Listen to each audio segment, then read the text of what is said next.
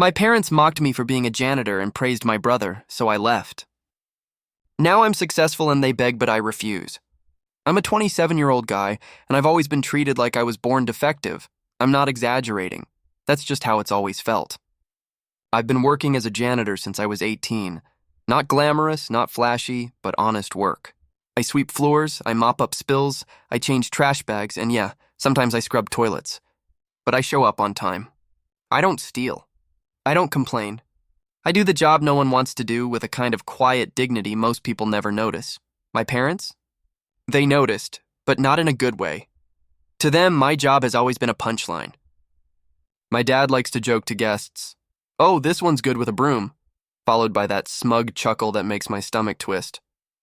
My mom, more subtle, just sighs every time I talk about work, like she's mourning the life I didn't live. And then there's Mark, my older brother, the crown jewel of the family. He works some mid-tier office job he landed through one of Dad's friends. Lives at home rent-free, doesn't do his own laundry. Still gets served plates like he's royalty, but they act like he built the Empire State Building. Whenever I visit, which is rare now, the comparison hangs in the air like a bad smell. "You know, Mark just got a certificate from his company," Mom said last time, beaming. Then, turning to me with that familiar tone, "You ever think about doing something better? Better." That word slices deep, I used to argue. Used to explain how hard I worked, how I paid for my own place, how I was saving up, but now I just nod, sip my water, and swallow the bitterness with my dinner. Smiling has become my armor, but lately, even the armor is cracking. I don't think I ever had a real shot at being enough in my family. Not since we were kids. Mark was the golden boy straight out the gate.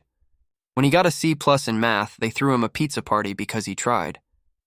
When I got straight A's, a distracted good job from Mom while she texted someone. I still remember standing there, holding my report card like it meant something, waiting for a reaction that never came. On my 16th birthday, I asked for a secondhand guitar. They said money was tight. 2 months later, Mark turned 18 and got a brand new laptop. He needs it for his future, Dad explained. I just nodded, pretending I understood, pretending I didn't feel invisible. That's the thing about being second your whole life. Eventually, you start to believe that's just your place. When college came around, Mark applied to 5 schools.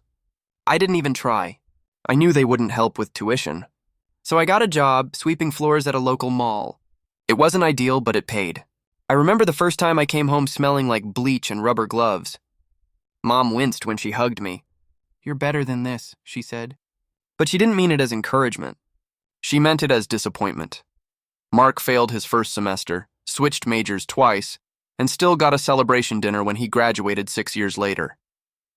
I brought home a small bonus once. My supervisor said I was the most dependable guy on night crew. I told Dad, hoping for something, anything. He laughed. "They give awards for mopping now?" That laugh haunted me. Still does. I kept telling myself they'd see me eventually. That one day I'd do something they couldn't ignore, but deep down, I was already starting to believe they never would. I stopped expecting much from family gatherings. Just showed up, kept my head down, and counted the minutes until I could leave. But that night, that one dinner changed something in me, or maybe it just confirmed what I'd been trying not to believe.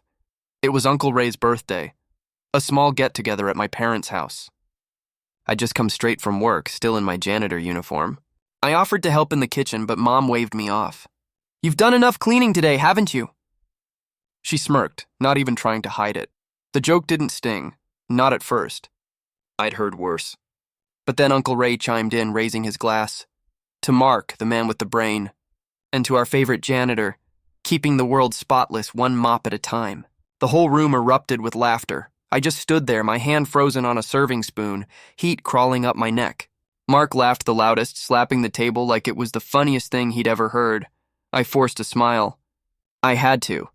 That's the rule in my family. Don't make it awkward. Laugh it off. Swallow the bruise, but I looked at my mom, and she didn't look ashamed. She looked proud. Like being the punchline was somehow my fault for not doing better. Later that evening, I stepped outside to breathe. The air smelled like rain and barbecue smoke. I could hear them still laughing inside. Talking about vacations, promotions, Mark's new client. I sat on the back steps, alone, listening through the window like a stranger. It wasn't just a bad joke. It was a mirror. And for the first time, I saw the reflection clearly. I wasn't family. I was furniture. It was a few weeks later, Mark's birthday this time. My parents were hosting a backyard party, full of catered food, decorations, music, and enough balloons to embarrass a 5-year-old. They asked me to come early to help set up. No please, no thank you, just a text from Mom. Be here by 3. Mark likes the blue streamers, so I showed up. Strung up lights. Carried folding chairs. Even picked up the cake because Mark forgot. For hours, I worked while he stood around with a beer, cracking jokes and soaking up attention like a sunbather. When the party finally kicked off, Dad raised a glass. To Mark, he said loud and proud. You make us proud every single day. You're everything a son should be. He looked straight at him, then paused. And hey, maybe one day your brother will figure it out too. Laughter, applause. People looking at me awkwardly before quickly looking away. I just stood there, plate in hand, feeling like the ground under me wasn't solid anymore. That was it. That was the moment. I didn't argue. I didn't cry. I didn't even finish my food. I went inside, grabbed my bag, and left. No dramatic goodbye. No slammed door. Just silence. I walked the whole way home, 5 miles. Through neighborhoods glowing with porch lights and barbecue smoke, my work shoes thudding against the pavement like an echo. My phone buzzed twice. Mom, then Mark. I didn't answer. When I got home, I sat on the floor of my 1-bedroom apartment and just stared at the wall. They'd made it clear. I was a prop in Mark's success story. A contrast to make him look brighter, and I realized something chilling. If I disappeared, they'd probably just say, at least Mark turned out okay. The next morning, before the sun had even burned off the fog, I stuffed what little I owned into 2 duffel bags, clothes, an old laptop, and my cleaning supplies. I didn't tell anyone. I didn't leave a note. I just bought a bus ticket online and left. No goodbye hugs, no last glance at the house I grew up in. I was done playing the family's background character. The bus ride was quiet, the kind of quiet that felt like it had weight. I sat by the window and watched the city roll by. Gas stations, sleeping neighborhoods, stray dogs running across empty streets. My phone lit up over and over, text from Mom. Where are you? Come back. One from Mark. You're being dramatic. I put it on airplane mode and turned to face the glass. For the first time in years, no one knew where I was, and that felt like freedom. When I arrived in a new city, the air smelled different, less like rain, more like exhaust and fried food from street vendors. The bus station was loud and chaotic, people dragging suitcases, a baby crying somewhere. Nobody looked twice at me. Nobody knew my last name. Nobody cared that I was a janitor. That anonymity was a strange kind of safety, like slipping into a new skin. I found a cheap room for rent in a crumbling old building. The walls were thin, the water pressure terrible, but it was mine. My landlord handed me the keys and didn't ask a single personal question. I paid cash. He just nodded and left. That first night, lying on a mattress on the floor, I felt the weight of my old life slide off me like a heavy coat. I was broke, alone, scared, but for the first time I wasn't embarrassed. I was free. Life in the new city quickly became a rhythm of survival. By day I scoured bulletin boards and Craigslist for extra shifts. By night I scrubbed office floors at a downtown complex, the smell of disinfectant and warm printer paper mixing in the hallways. The hum of vending machines became my soundtrack. I'd slip in earbuds and let audiobooks play while I mopped, business, psychology, marketing, anything that might help me crawl out of this hole. It felt like a secret education nobody could take from me. One night, while emptying trash cans in a conference room, I overheard 2 managers talking. I swear, if we could just find a decent maintenance crew, we wouldn't have to do this ourselves, one groaned. Yeah, the other said, but the big companies charge ridiculous rates and still show up late. I froze mid-sweep. It was like a light bulb flicked on inside my skull. Reliable, affordable facility care for small offices. It sounded so simple. Yet nobody seemed to be doing it right. My hands tightened around the mop handle as my mind started racing. What if I... Later that night, back in my room, I sat on the floor with my laptop balanced on a milk crate, scribbling notes into a tattered notebook. Business name ideas, services, pricing. I didn't have money for fancy branding, but I could make a basic website. I still had my old janitor uniform, my own cleaning supplies, and most importantly, my reputation for showing up on time. That was enough to start. I remember staring at the screensaver flickering on my laptop, my heart thudding louder than the upstairs neighbors. For the first time in years, my life felt like it might be pointing somewhere other than survival. I wasn't just mopping anymore. I was planning. I didn't know it yet, but that small spark was about to set my whole world on fire. Starting was the easy part. Surviving it was the war. By day, I knocked on office doors, palms sweating, handing out flyers I'd printed at a copy shop for 10 cents a page. By night, I still scrubbed floors at my janitor job, my back aching, my fingers raw from bleach. I didn't even own a suit, so I pitched my new business in my old uniform, smelling faintly of disinfectant. People looked me up and down, some hiding smirks, others flat out saying, "We're not interested." Every rejection felt like another echo of my parents' voices. "You're not enough." But I refused to quit. I undercharged just to get a foot in the door. "Let me show you what reliable looks like," I'd say, sliding my proposal across cheap desks. A few small offices gave me a chance. I did the work myself. Toilets, windows, carpets, everything. When they complimented me, I didn't just thank them. I asked for testimonials. I posted them online, one by one, like seeds. Most nights, I came home so exhausted I'd collapse on the mattress without eating. My hands cracked from chemicals. My shoes wore thin, but I kept moving. The website got a handful of clicks. Then a few more. My phone buzzed with inquiries that made my chest tighten with hope. Little contracts here and there. Not enough to quit my job yet, but enough to imagine. There were moments I'd catch my reflection in a lobby window, sweaty, uniform wrinkled, eyes red from lack of sleep, and whisper to myself, "Keep going." Because somewhere inside, past all the bruises, a voice was growing louder. One day they won't be laughing. I had no idea how soon that day would come. The email came on a Thursday. I almost deleted it, assuming it was spam. Looking for office cleaning services. Monthly contract. 3 floors. Need urgent response. Attached was a company name that made my heart stop. Trellis Systems. My brother's company. I stared at the screen, blinking. For a second, I thought it was a prank. But there it was. A real request from their facilities manager's inbox. They'd probably found my site through a search engine. I'd optimized it for local SEO a few weeks earlier, never expecting much. Apparently it worked. I clicked reply, then paused. My gut twisted. Should I say something? Should I tell them who I was? Instead, I took a breath. Opened a separate business account with a different alias, something generic, and replied as Operations Manager. I sent over a professional proposal with my usual rates and services. No clues about my identity. 2 days later, I got a response. They accepted the quote. I laughed. I actually laughed. Loud, from the gut, scaring my neighbors through the paper-thin walls. My brother's company, the same one where I was once mocked as just the janitor, had unknowingly hired me to clean their offices. I didn't tell anyone. Not friends. Not old coworkers. Not even my reflection. I showed up after hours like I always did. Wore a cap, gloves, kept my head down. My old uniform still fit. The badge had no name. I cleaned the same way I did for every client. Carefully, consistently, quietly. But every time I wiped down those desks, I smiled. I was no longer standing outside their world, begging to be seen. Now I was inside, and they had no idea. The irony wasn't lost on me. Every evening after their staff clocked out, I clocked in, alone in the same glassy office that once would have laughed me out the door. Mark's name was printed on a placard outside his corner cubicle. I'd pause there sometimes just for a second before moving on. Not out of spite, but surreal disbelief. I wasn't mopping for him.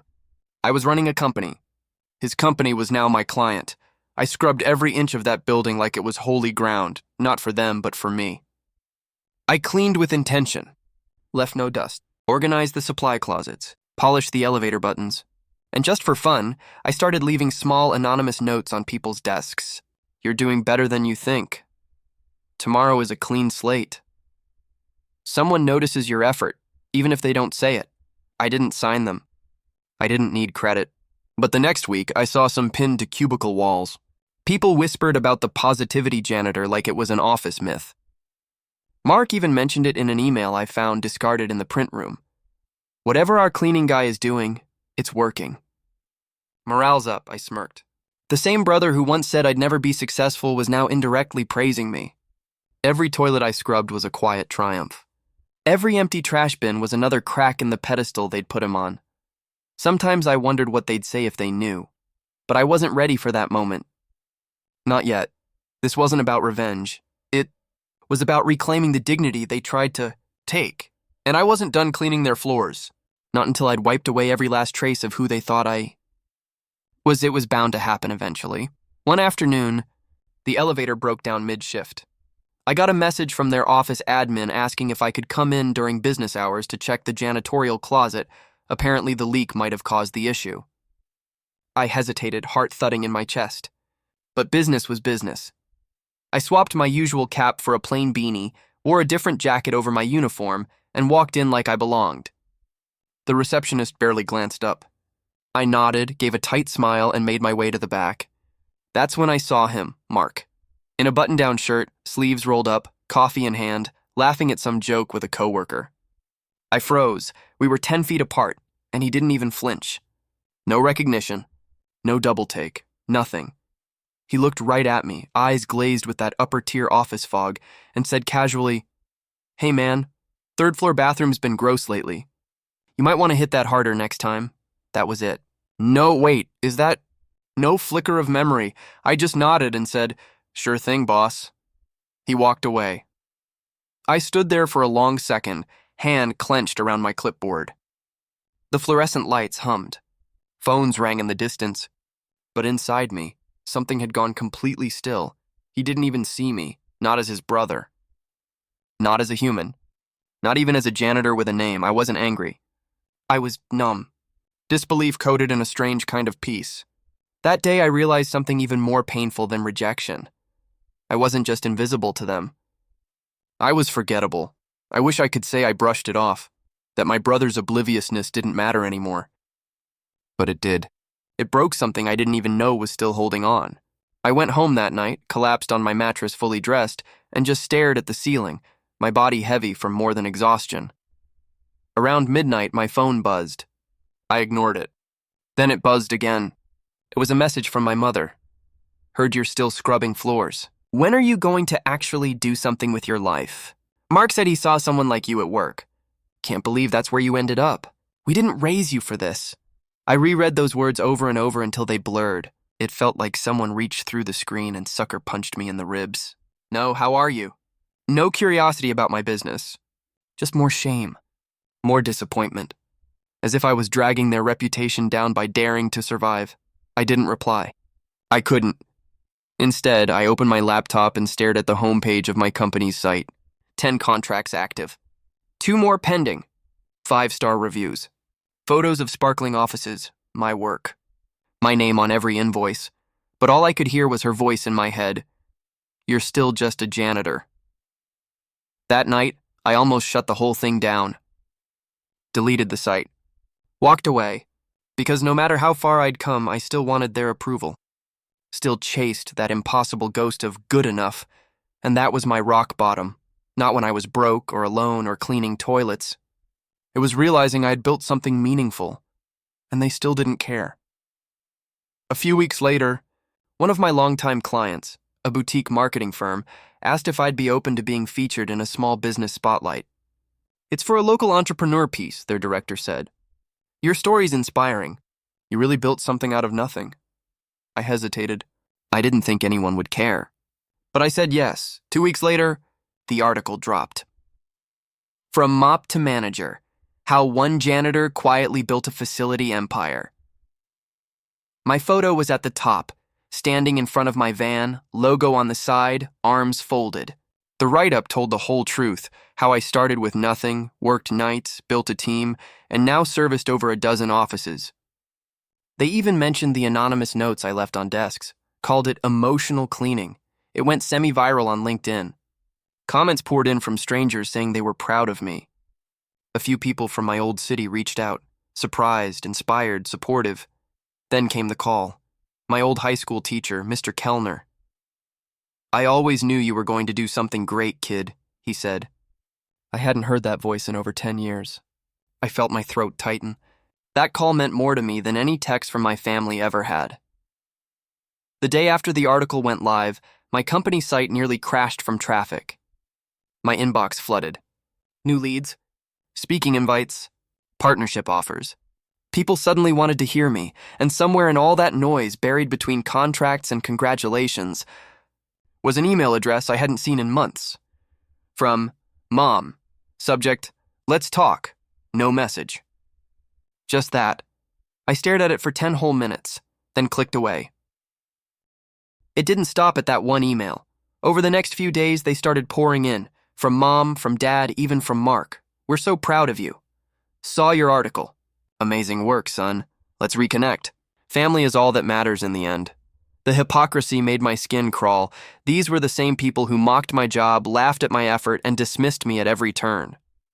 The same people who clinked glasses over Mark's mediocre milestones while ignoring my silent hustle. And now? Now that I had something shiny for them to point at, now I was worth calling. Mark's message was the hardest to read. "Bro, just read about your company. This is wild. We should catch up, maybe even talk business. Let me know if you're open." I sat there staring at the screen, jaw clenched, remembering the way he looked right through me at his office. The smug tone, the total lack of recognition. And now he wanted a partnership? Not once did they ask how I was doing before the article. Not once did they acknowledge the nights I cried alone in a city that didn't know my name. They didn't care about me. They cared about proximity to success. I didn't reply. Not to any of them. Instead, I archived every message, cleaned out my inbox. No revenge. No explosion. Just a quiet decision. You don't get to clap now that the music's good. I had built a life without them. And that life had no room for performative pride. I wasn't the backup plan anymore. I actually wrote the reply, one long, blistering email addressed to all of them. Mom, Dad, Mark, every buried insult.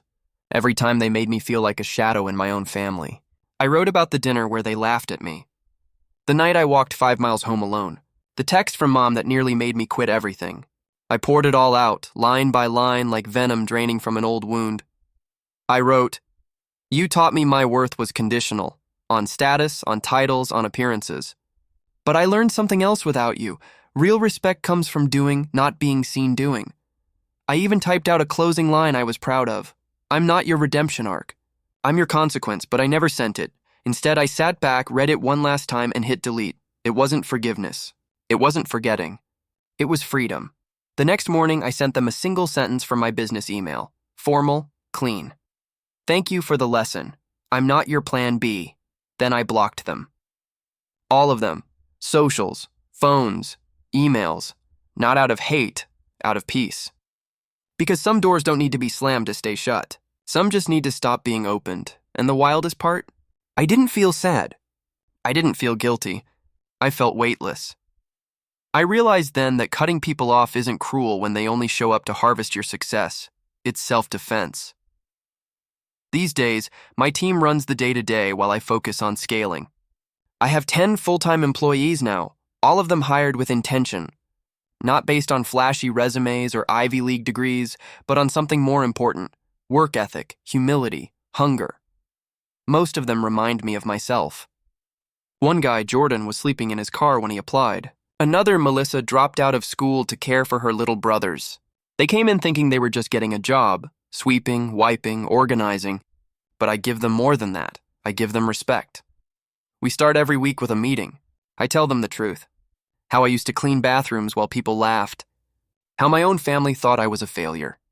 I don't say it for sympathy. I say it so they know. Your current situation isn't your final destination. A few weeks ago, I caught Jordan staying late after his shift, cleaning an office that wasn't on his rotation. "Why are you still here?" I asked. He shrugged. "I don't know, I just want to build something too." That hit me harder than any award ever could, because legacy isn't about being the smartest guy in the room. It's about creating a room where others feel seen. My employees know my story not because I brag, but because I remember where I came from. They don't work for me. We work together. They call me boss, but I tell them I'm just the guy who kept mopping until the world noticed. We clean buildings, yeah. But we're also building people. And that's something my family never understood. People ask me sometimes, Kay, do you ever miss them? And I'd be lying if I said I never think about it. Family isn't something you can just rip out of your chest and forget. But I've learned something that took me years and miles and nights scrubbing floors to understand. You don't owe people access just because they share your blood. My family taught me that love can be conditional, that worth can be withheld, that some people only come to your table when the feast is ready, never to help cook. And when you finally serve something beautiful, they show up with empty plates and say, "We always believed in you." But belief isn't loud once you've made it. It's quiet before you do. It's choosing to see someone when they're invisible to the rest of the world. I used to think I had to prove myself to them, to climb high enough that they'd finally look up. But now, I don't climb for them anymore. I climb because the view keeps getting better without them. My peace isn't loud. It doesn't post selfies. It doesn't need applause. It looks like sleeping through the night. It sounds like laughter in the break room with my team. It feels like walking into a building I used to mop and signing the check that pays the lease. So no, I don't miss them. I miss the idea of what family was supposed to be. But the truth? I found something better. I found myself. And for anyone out there feeling overlooked, unworthy, forgotten, let me say this. You don't owe them your shine. Sometimes the most powerful thing you can do is rise and let them squint.